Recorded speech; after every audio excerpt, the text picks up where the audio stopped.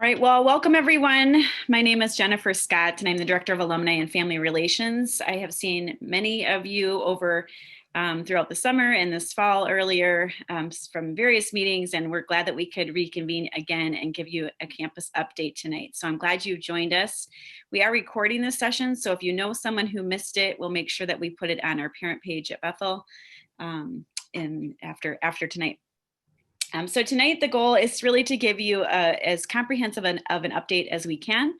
And we also want to make sure that we are able to answer some of your questions. We have a few of our professionals, including our president, who are here to answer those questions and go through their areas of specialties. So we have President Ross Allen, we have Christy Moline, who is in charge of our COVID response teams. We have Dr. Julie Finnern, who's in charge of our academics. We have Miranda Powers, who oversees our student life office. And then we'll make sure that we have time for question and answer.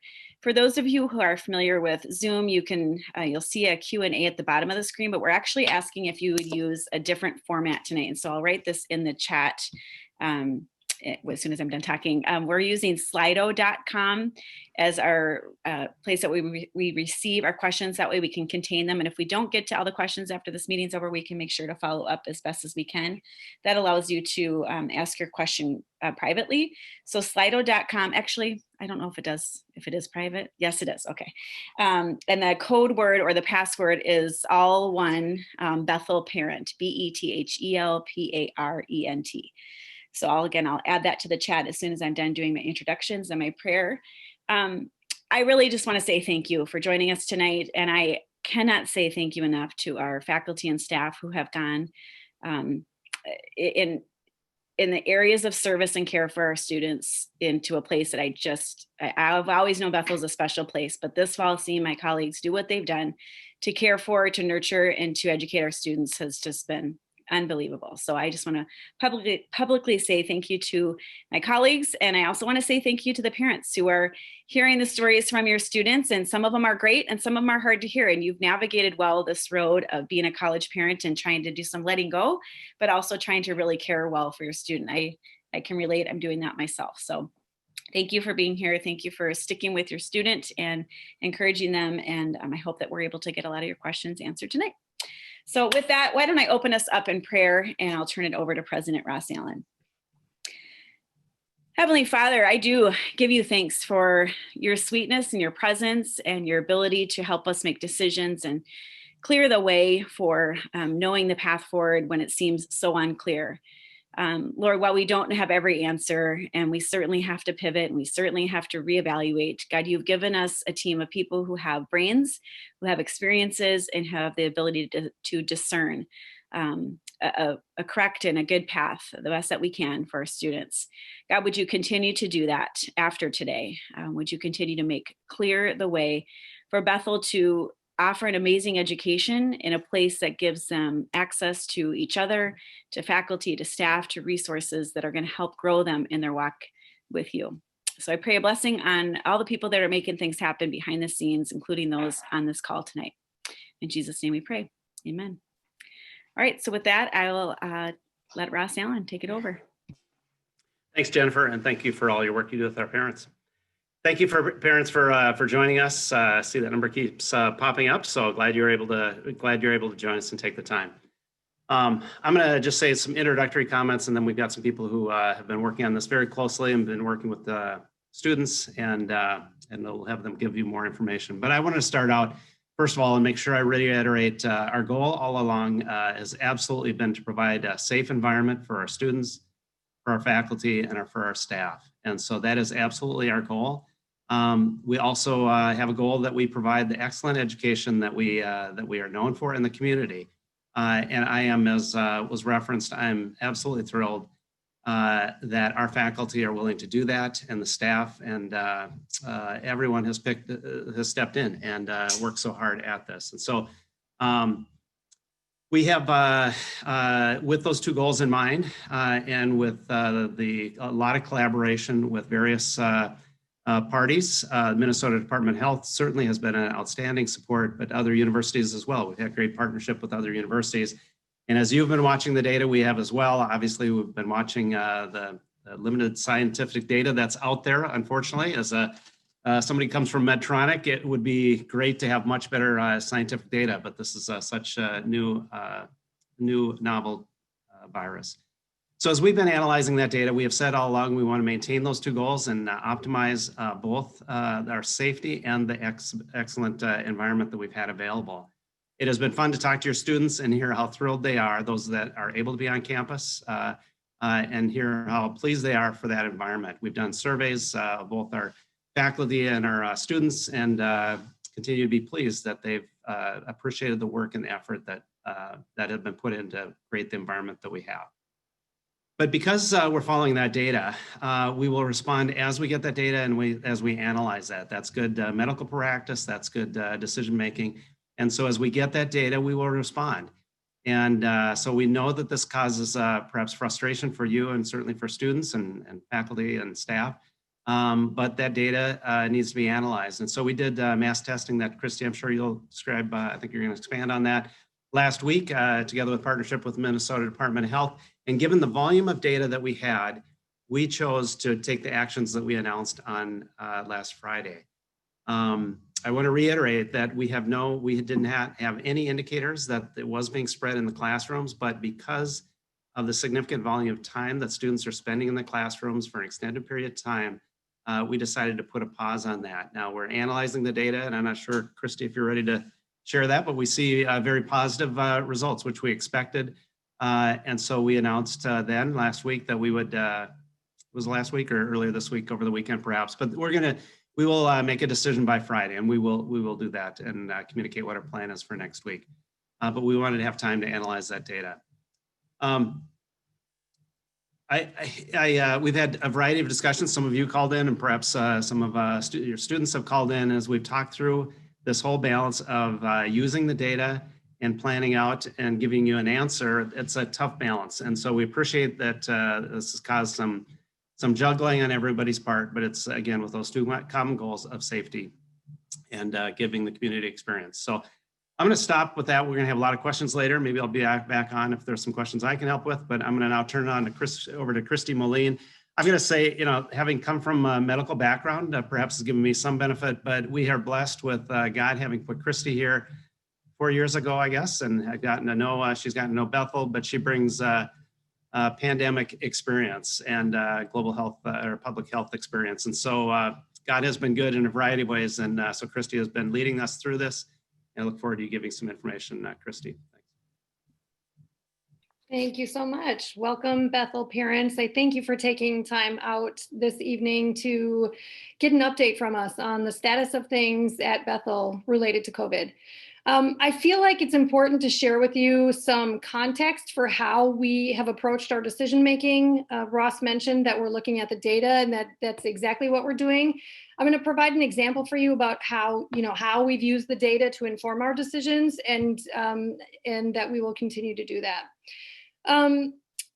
I'm also, along with Ross, acknowledge the impact of these decisions. I've said from day one that we are going to reach a point where we're faced with only crummy choices, and we're going to have to choose one of those crummy choices. We're going to have to choose a crummy option, and it's going to have implications, and we're going to have to press into that. And I would say that as a Bethel community, we are leaning in hard right now, and we've leaned in on these tough decisions.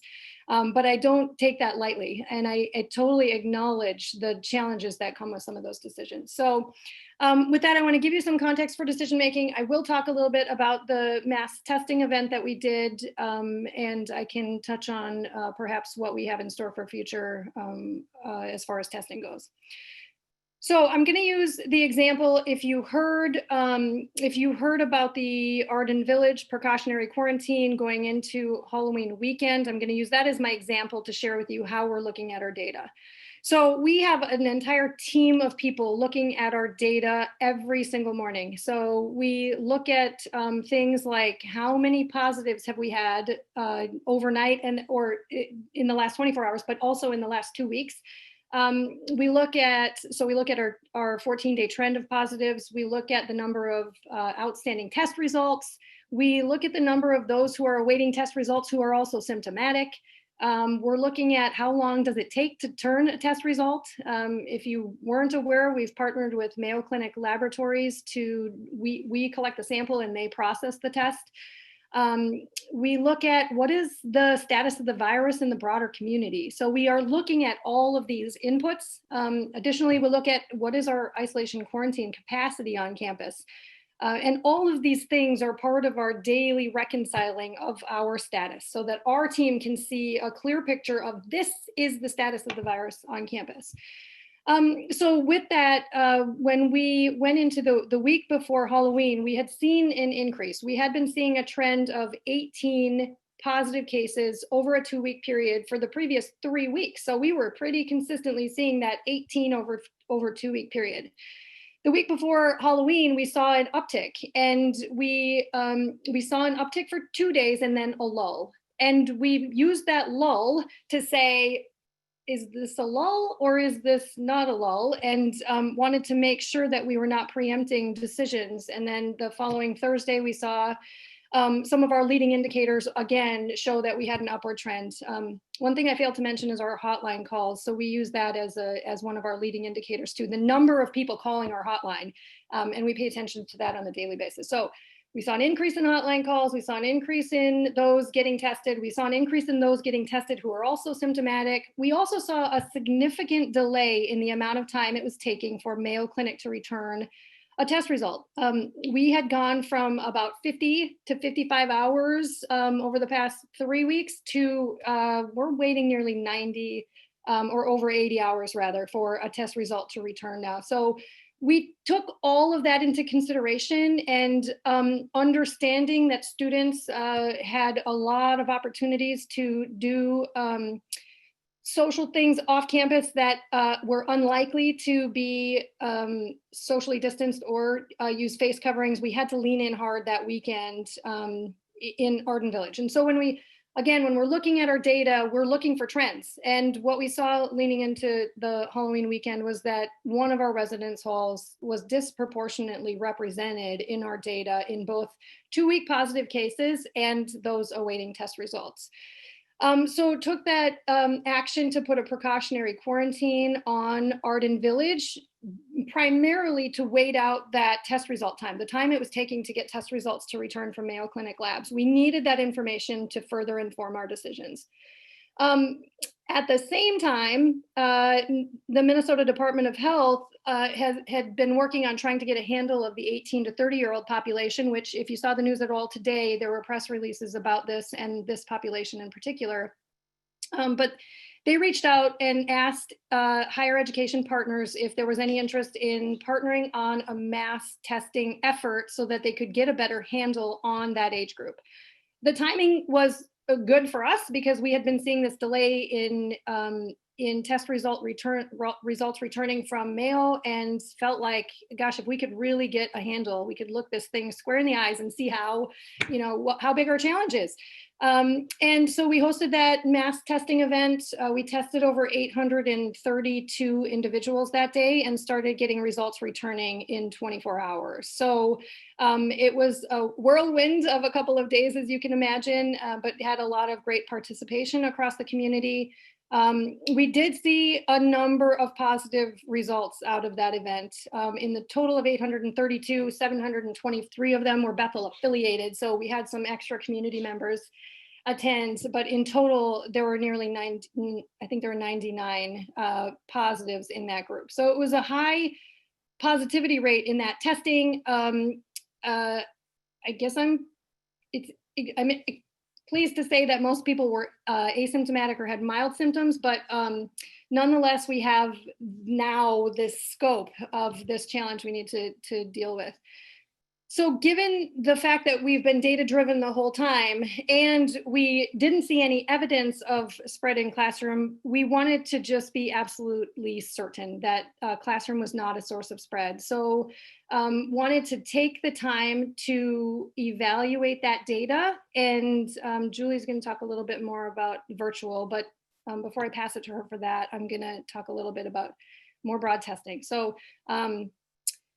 at any rate, so we took the time to look at the data, and I will say what we've looked at so far does not show any correlation between the virus transmission in classroom settings. So those settings where social distancing is being maintained and face coverings are being used are not being shown in our setting anyway to be a source of spread for the virus. So with that, I will just let you know that we do anticipate to have additional testing options for students who are going home for Thanksgiving. We want to tell them lay low and test before you go. So we would like to send them out into their communities with some confidence that they are not going to be an asymptomatic carrier bringing the virus back home to you all. We do not want to do that. I know that's different than when we have a confirmed diagnosed case of COVID and we're asking them to isolate, or an exposed case and we're asking them to quarantine at home. And I'm going to share the difference because it sounds like a conflicting message. And the difference is that when you send a student home knowing they need to isolate or knowing they need to quarantine, they can follow the protocols that are established for those cases and reduce the risk of transmission in that setting. The risk, as we see it in sending a whole bunch of college students out, is asymptomatic carriers where they don't know they're positive and then therefore are not isolating, so can very easily then transmit the virus to other family members. So want to hit that head on because it sounds like a conflicting message. We are looking at doing that testing so that you can have some comfort as well. And I think Miranda's going to have a whole list of things we would like to ask of parents. But one of the things I would like to ask you to do is encourage your student, if they're coming home for Thanksgiving, encourage them to get tested before they come home. And we will have those opportunities available. Again, through the Minnesota Department of Health partnership, they have increased testing capacity around the state in order for us to do that.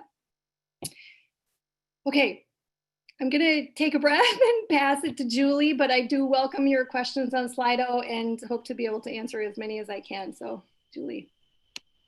Thanks, Christy. And it's good to be together this evening. Thank you for taking the time, parents and families, to join so we can have a conversation together. And I'm going to take a few minutes to focus on the decision that was made to pause face-to-face classes this week and to move all classes to a virtual setting. So as you have already heard, at the end of last week, we were still receiving test results from that mass testing that we were actually privileged to have take place on Bethel's campus on Wednesday. And we were conducting the contact tracing. And because of that, we needed some time to make sure that the data from those results, which did show that increase in COVID cases, but to make sure that that data was still indicating that the classroom settings are not locations for COVID transmission. We needed to be able to look at the contact tracing, and we needed to have enough detail to make sure that there are not specific classroom settings where students and faculty are at risk for COVID transmission more than other places. For examples like the labs and the studios and some of those places where it is harder to have social distancing. Because our classrooms are spaces where students and faculty, they spend so much wonderful, wonderful time together, but it's also extended time and it's a very regular time. And because of that, we needed to be able to analyze this new information before we kept our classrooms open. So though those are the reasons that we did change to virtual for pausing this week, we are still hopeful that what we continue to learn and from the testing results and from the contact tracing, that it will confirm that the social distancing that we're doing and that the masking, the face coverings in the classroom, it's establishing a setting where we are avoiding transmission of COVID.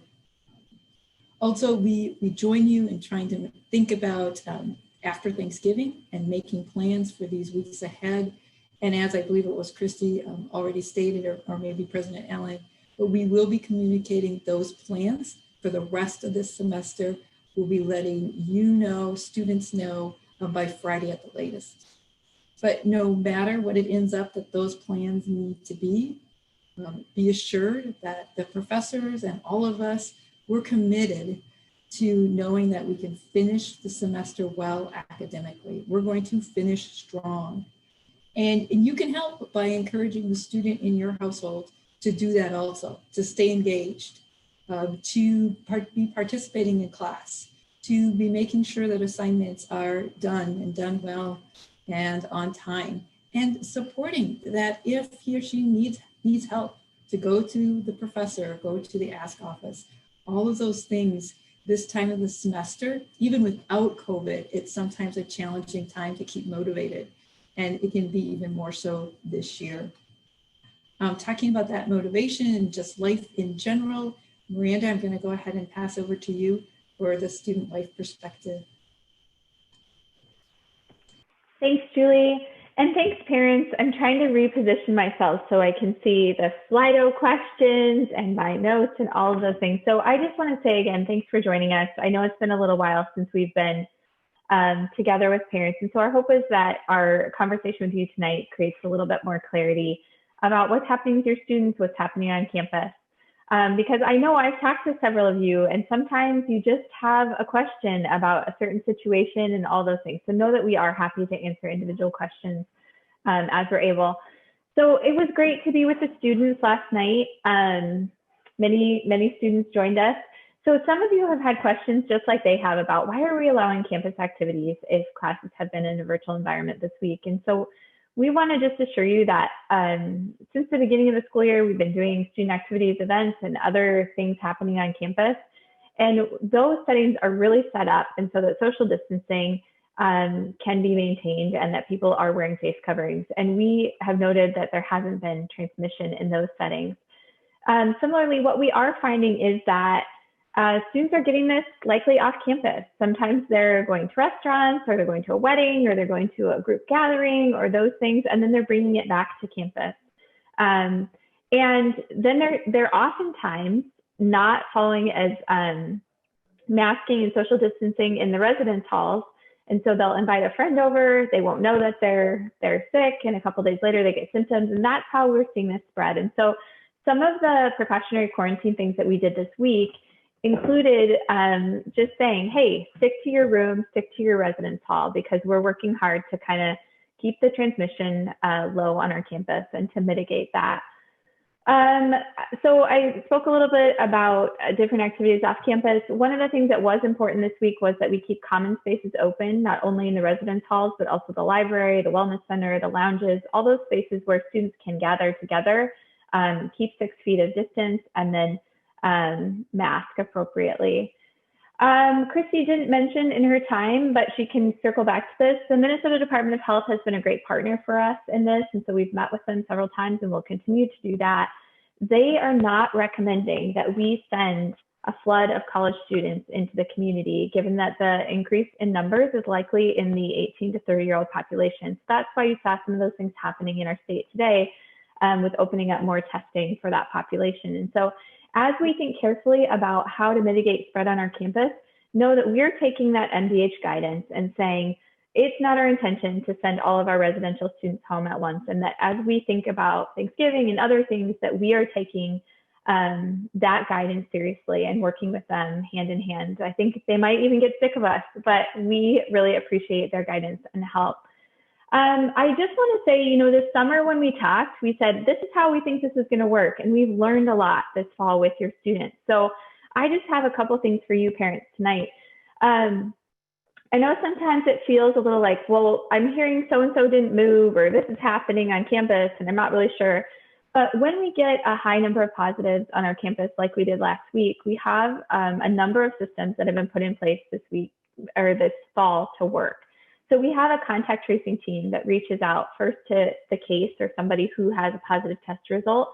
And then from there, we have a quarantine and isolation team who then works with Residence Life to get people moved. And in some ways, it is a little bit like a game of Tetris, who's moving here and there and all those things.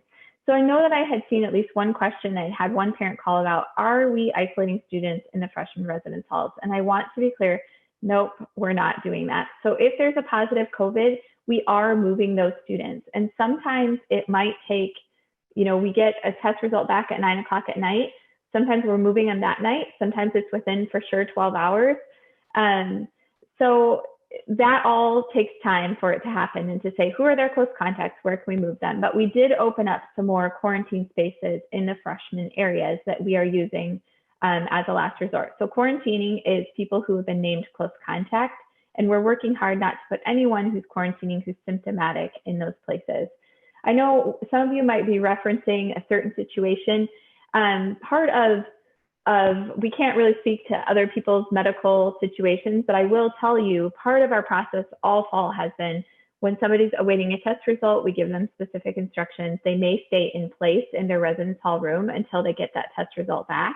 And so as Christy mentioned, when testing was taking a long time to return, maybe you saw some of those things there, but that's why we as a campus were so grateful for the partnership for the mass testing effort with the Minnesota Department of Health. So I will tell you, we're working hard to care well for your students in quarantine and isolation, but I just had a couple things that you as parents can do. We've said all along that we think your student will be most comfortable with you. And so I know that this isn't probably a conversation you typically have, but I want you to say to your student, if you are named a close contact or you come down with COVID, what will we as a family do this year? I would guess that not every family has had that conversation because we've talked to a few surprise parents like, oh, this is hard or this timing is really hard. And that is, we get that. That's really realistic. But I think if we're within 250 miles, we would like for your student to be with you. You know them best. You can provide different things than we can. But I want you to know we're doing our very best to check in both medically, but also to keep them encouraged. And we have somebody who is doing that every day, email and all those other things. So yeah, and I guess I would just even say, know that when we get a high number of positives, we're working through them as quickly as possible. So we'll go positive case and then someone who's a close contact as we work through it. And so I want you guys to have that reasonable expectation too, but that our team is working quickly to do that and just offer that perspective to you. One of the things I said to students is, man, this is a hopeful outlook. God is present on our campus. He's working in the lives of our students. Our students are having a good experience. They've engaged well in activities together this fall. It's really been a joy to see them on campus learning and living together. So yeah, we're just grateful that you continue to share them with us in the pandemic and know that we're working hard to protect their safety and well-being, and also to give them the best student experience possible. So now I think I'm going to kick it to Tim for some questions. Great. Well, just as a reminder, if you have questions, you can hop over to slido.com and use the event code Bethel Parent. It's all one word. You can toss your questions in there. You also can upvote questions if it echoes something that you're wondering. And that way that'll help us prioritize and get to as many questions as we can.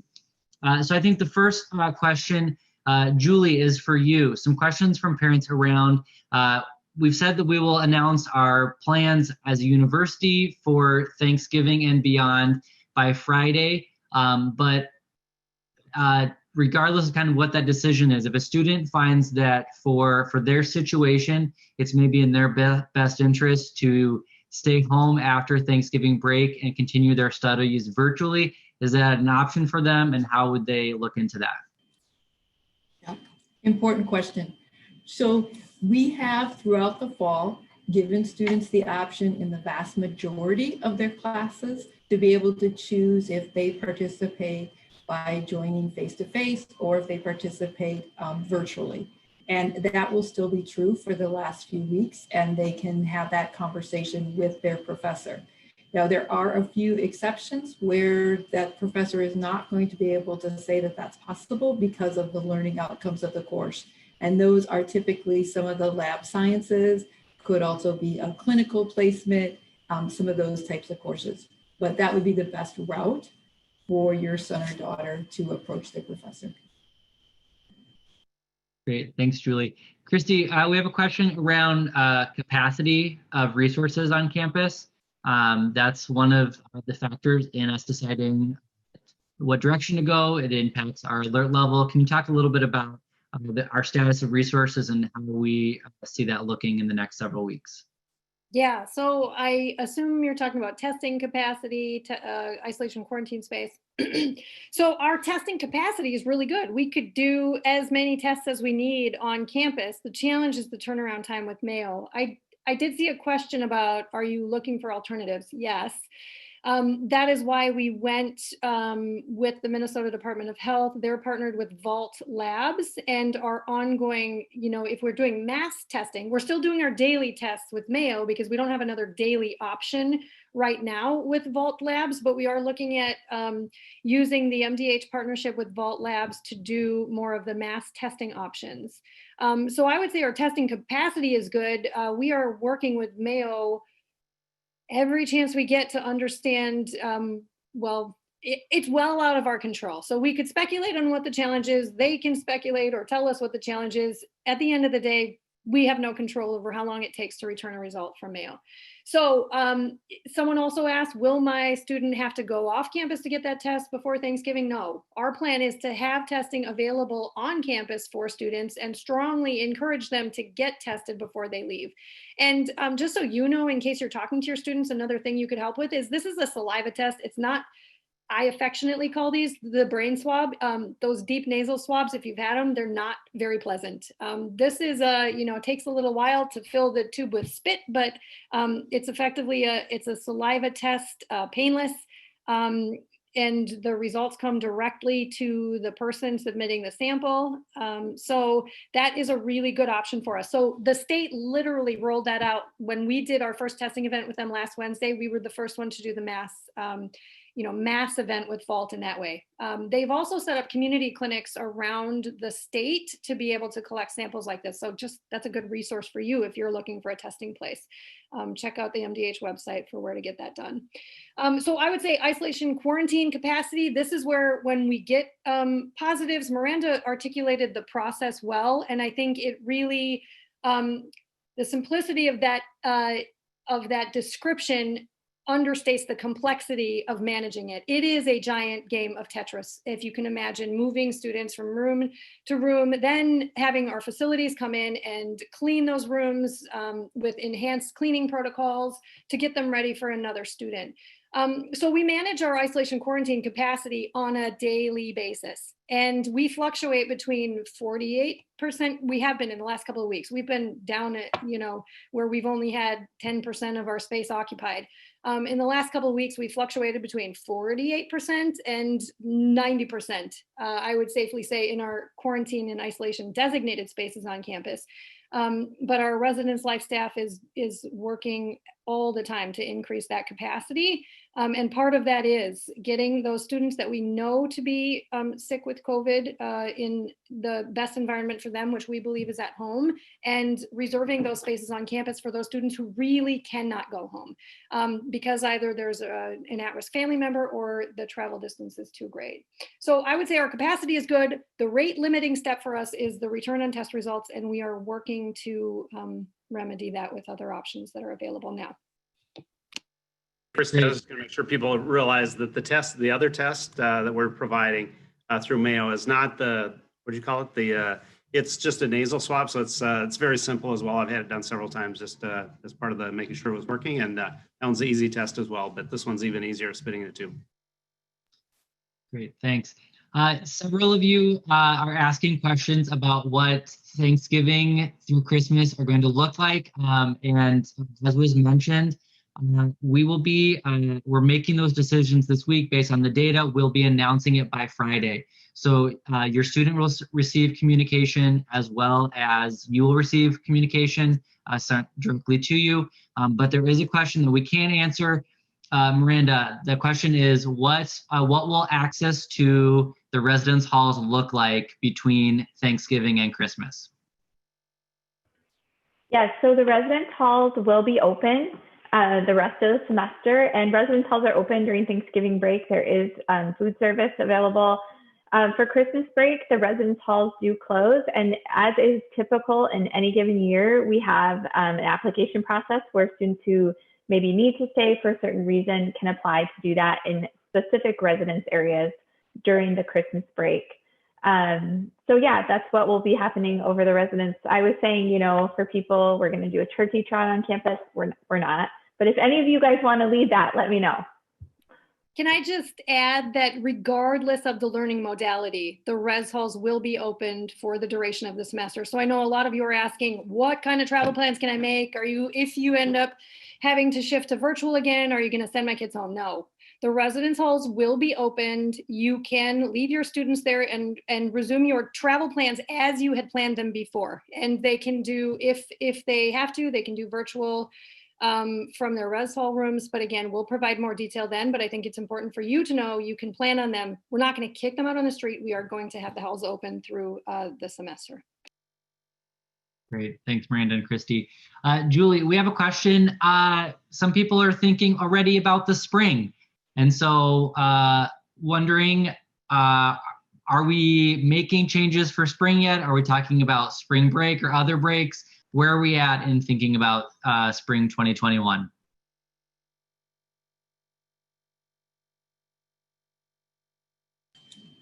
I can start by saying that academically, we are right now on track to be face-to-face and have that. And that's our plan to continue unless there is information to make us change that. And then we will be in communication as soon as possible if that occurs. Otherwise, we're looking forward to having students back. Wonderful. Thanks, Julie. Miranda, a question. So this week we moved to a virtual model for instruction, but we've continued with some on-campus events. And so our students asked last night, some of our employees asked this morning, what is the reasoning behind what could seem like conflicting decisions, but it actually was informed by what we've seen over the semester. Can you break that down for our families? Yeah, absolutely. So tonight there is an event in Benson Great Hall, Equip, where students are learning with student ministries a little bit more about sharing their faith with others. So as I said, we've been doing in-person student activities, events, kind of the whole semester. And what we found with those is that with specific social distancing, utilizing capacity in our spaces like Benson Great Hall and other things, that there hasn't been any evidence of COVID-19 spread among students. So social distancing and masking is really possible. And to that end, we really want to make sure that students are having an experience, but also that we're providing things with them for them to do, and so that they aren't in unstructured social settings, right? So we're working hard at continuing those things. And I think, as was said earlier, the pause this week with classes was to, again, look at the data there and gather more data after our mass testing effort last week. So the activities continue, and they've been going well for students, and we'll continue that in safe and effective ways. Yeah, I want to just add that, sometimes this seems counterintuitive. Why don't we just send students home? Why don't we shut down all the common rooms, et cetera? But as we've talked with certainly the health experts, but also other university presidents, and we have contacts with the various other university people, but I've got several different networks. And everyone is saying the same thing, is that when students have unstructured time, your parents, you know as well as I do, and I haven't forgotten what students did this age, they get together and they, when they're not in a dorm, not in our settings, it likely does not have the structure that we have with the 6-foot chairs apart and the masking, et cetera. And so when they are in those structured environments, we've seen on our campus just what other presidents, other universities have seen, is that's not where the spread is happening. And so it may seem counterintuitive. In fact, we really struggled with whether we go virtual on classes because we had not seen the spread, but we had such volume of data, we wanted to look at that because of the time they spent there. So it may seem counterintuitive, but it's exactly what the science says and exactly what we're seeing at other universities. Keep structured time. And I want to commend Miranda and actually the student government and your students. They have been really creative in finding things to do. And little things like the dessert party during homecoming weekend, where we had 600 students go through the dessert line and then get pictures all dressed up. Who'd have known that a dessert line and pictures would draw 600 students? But my wife Annie and I got to participate in, what was that other Minute to Win It thing over homecoming? There's been a lot of creative things that students and the Student Life Group have done. So I commend your students for finding creative things to do. I also, as long as I got the mic, sorry, you shouldn't have given me the mic. I was going to say some of those, if any of you are parents of students in Arden Village, is that what we call it now? I think we called it different when I was a student, but I've got to tell you, Annie and I, that was over Halloween, right? You all remember that? Annie and I dressed up and masked up and all that bit and went around and trick-or-treated to your students. And it was so humbling to see students' positive attitude. And they were just getting started on that 1 week, not quarantine, lay low period, but the positive attitude that they had that, hey, this is what we need to do and we're willing to do it. I just am so impressed by your students. And anyway, I encourage you to encourage them and thank them for being so disciplined and so thoughtful. Great, thanks, Ross. Miranda, we have a question here on what do meals look like for students who are in isolation or quarantine, which is a very fair question. Yeah, that is a fair question. I do have to say I've been so proud of Sodexo because since our mass testing effort, there's been a lot of meals. And so our students we've pivoted and we've called them all. So while the weather's been nice, they've been picking up their meals as they have, and they'll get a meal bundle that includes a dinner that can be reheated because all of our quarantine and isolation spaces have refrigerators and microwaves. And then they also get breakfast and lunch for the next day. So it's a variety of things. Sometimes it's delivered, but it usually gets delivered at dinner, and then they get breakfast and lunch for the next day. So it's, I would say it's actually almost incredible to me. We are able to accommodate a lot of dietary needs that way too. And Sodexo's really been incredible that way. So I'm grateful for that. Is it going to be everyone's favorite meal? No, but I can assure you, your students are being fed and we're answering hotline calls as needed. If somebody needs something, we've really tried hard to make sure that they're getting it. So. And just offer as well, again, a plug for one of your students, and I guess it's a patient, so we won't divulge, but he told me he was patient 0 and really worked to create some solutions on how we could do that. So the fridges were his idea together with the person who's coordinating that. And then again, students have spoken into how to make that an even more effective process. So this has been a collaboration all around. Yeah, gratitude all around. Julie, similar to a question that we talked about in terms of flexibility in the modality after Thanksgiving, for students that are in lab classes that require in-person instruction and engagement, what should students do if they find themselves in the place where they need to be learning from a virtual environment? So I'll answer that question in a couple different ways. One thing is that as they have done throughout the semester, professors will definitely continue to work with students who are in isolation or quarantine and make sure that they have a chance to still engage in learning, whatever that has to look like, or if that's extended time, or they will be flexible with that as they are in many different situations like that. If it's someone just choosing not to come to the required face-to-face lab, that gets more complicated because it's not just the professor saying you have to come. I mean, there's specific reasons for that because of equipment, materials, things that are not obtained outside of that lab. So that means that then there'll be some learning goals that are likely not met, and that will have different consequences depending on the class. Thanks, Julie. Christy, I think you mentioned that one of our plans. Oh, go ahead, Julie. I was just good. No, we just couldn't hear you, but now I can. Okay, great. Christy, you mentioned that one of the things that we do know is that we would like to do testing before Thanksgiving break. And one of the questions was, will the planning around that coincide with getting results before students head home?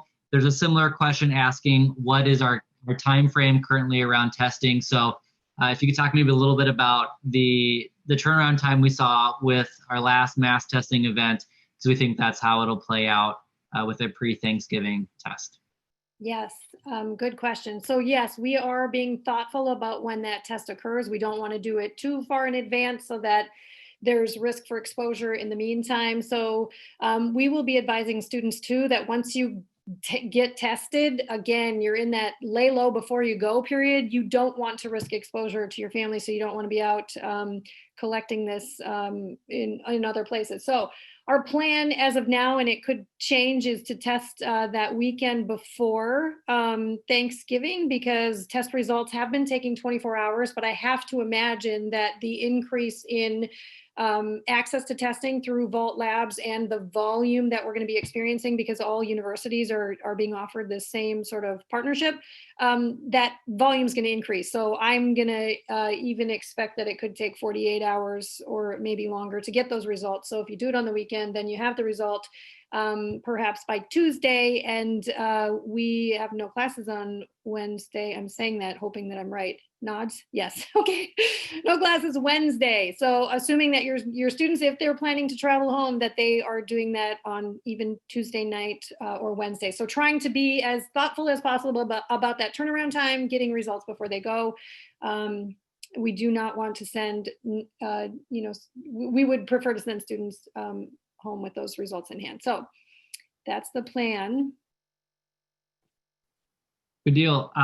Miranda, a question around how do students' meal plans work if they are in quarantine and isolation? Yeah, so it depends on the meal plan that they have, but the student, instead of being charged 3 meals, they'd be charged 2 swipes. If your student doesn't have 2 swipes per day, if your student doesn't have a meal plan, we are working with them to make sure that they're still fed, because that is our ~1 priority. Several of you had asked if they go off campus to quarantine and or isolate, there is a credit that they'll get to their account of $150 during that time period. And we're applying that automatically. So no need to flood the business office with calls. That should be applied automatically, but wanted to let you know that that was happening, and so that you could look for that and understand what it was if your student does quarantine or isolate at home.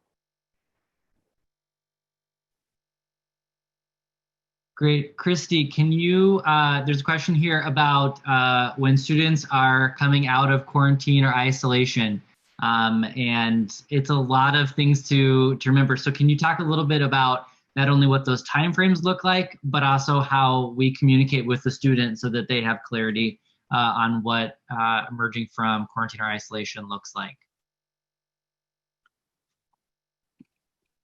Sure. So we do have a cadence of communication that goes out to students. We do check in with those students who are on campus isolating to make sure that they have everything that they need. We do a health check on them. And then we do have a call, and maybe Miranda's actually the better person to speak to this. But before a student is done with isolation, there's a call just confirming their symptoms that they're symptom free and that they meet the requirement. So as many of you probably know by now, in isolation, meaning you've been diagnosed with COVID, the guidelines are 10 days, or that most all of your symptoms are resolved for 24 hours. So 10 days at minimum. Resolution of most symptoms for 24 hours. I don't say all symptoms, because if you lose your taste or smell, that can take weeks to come back, even after the period in which you're infectious. So that's the guidance, and we do check in with students on that and provide that communication. Did that answer the bulk of the question, or did I lose half of it there? Miranda, chime in. Yeah, Christy, what I could just add to, we do have people, if your student lives off campus in a house, and they're in quarantine or isolation, yes, they're being given expectations for that. And yes, somebody is checking in with them regularly. And then an isolated student, we've asked them to check in with one of our nurses before they re-enter the community. We are following all the CDC and MDH guidelines about that in terms of the contagious period after a certain number of days and resolution of symptoms. And we're going to have them, we do have them connect with a nurse because of that. And also MDH has differing guidelines on, sometimes people can test positive for months after, even if they aren't in a contagious period. So that's one of the reasons why we aren't doing that. Great. Well, I want to be aware of our time and give Christy and Ross both a minute to kind of wrap things up. I will just say that there are a few questions here that again are getting to what are we planning between Thanksgiving and Christmas. And we've committed that we will communicate those plans by this Friday, again, both to your student and to you. So if you knew about this session, that means you got the email from President Allen on Sunday. So that means that you will get the email from us by Friday. But if when you get that email, you have questions, please reach out to parents@bethel.edu. And Jennifer and her team will work with the rest of the COVID team to answer any other questions, as well as if you have specific questions. So we've a couple times tonight said, we can't discuss a specific case. We're dealing with people's health issues, and there's a lot of factors that go into it. So if it seemed like sometimes responses were vague, that was why. But with that, I want to turn it over to Christy and Ross to wrap this up. Yeah, Christy, I'll finish with prayer, but I thought maybe I'd give you a chance to say any final closing COVID comments for the parents. Yeah, I just need to just relay to you. I know that it's hard probably to see all the stuff that goes on behind the scenes, but I have just a whole lot of gratitude for everyone at Bethel who has been working so hard in jobs that they did not sign up for, to make this a good experience for our students. And I'm really proud of the work that the residence life staff has done, the facility staff, and I can't name them all because I'm going to get myself in trouble with it, but grateful for them and grateful for our faculty who are doing, they're balancing, in-person classes and virtual classes and students in and out, and they're doing a fantastic job and they're powering through.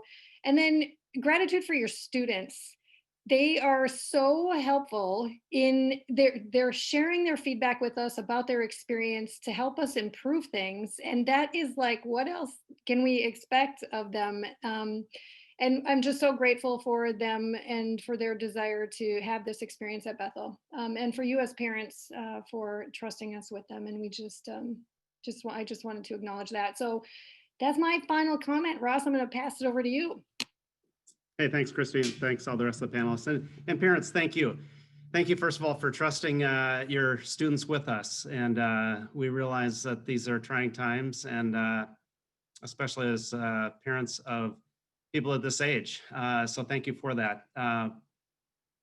But thank you also for the students that you have sent and that we get to be a part of, and we get to see God work in their lives on a daily basis. Annie and I love to walk into the DC and just sit down with students, socially distanced, which is a long ways away. And you can only talk to one or two, I guess, because they're a long ways away, but they are so inspiring and humbling. Some of them are clearly God is working in their hearts and working on them. And I am excited to see where they will be 5-10 years from now and how God will use them.